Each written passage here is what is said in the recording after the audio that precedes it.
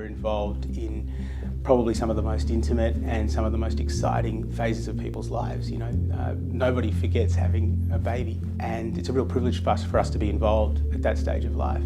But for me, it wasn't so much the miracle of childbirth that drew me to this specialty, but it's the little individual stories that I think I take with me. Whilst every pregnancy that we look after is really, really special, every now and then we come across a pregnancy that is that just little bit more precious.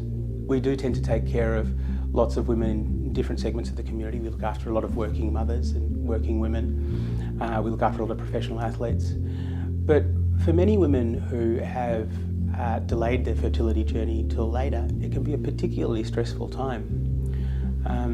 A couple of years ago, I delivered a woman who was 58 when she decided that she wanted to become pregnant. Whilst that's not for everybody, she decided this was something that she wanted to do.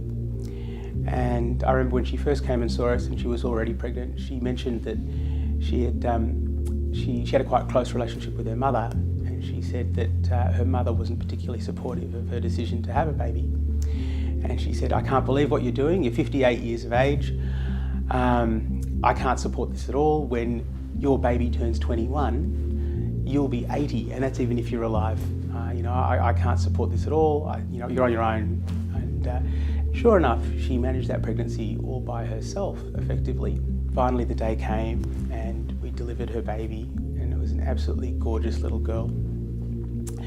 And I remember being on the ward a day later, catching up with Alison and her baby, and she was holding her child there, and her mother appeared, and she still appeared pretty stern, and she said, "I'm still not at all approving of any of this. I think what you've done is selfish and it's silly, but I thought I'd come and do the right thing and pay my respects and see the child." As she sat there with the sun gleaming through the window of the hospital we were working at, she looked straight into this baby's eyes and she said, "You know what? I think the three of us should just move in together." And sure enough, that's exactly what happened, and to this day, all three are really happy. So I think there's little stories just like that that really make the heart twang. I thought I was going to cry on the day, and I certainly, looking back at it, it certainly makes me well up.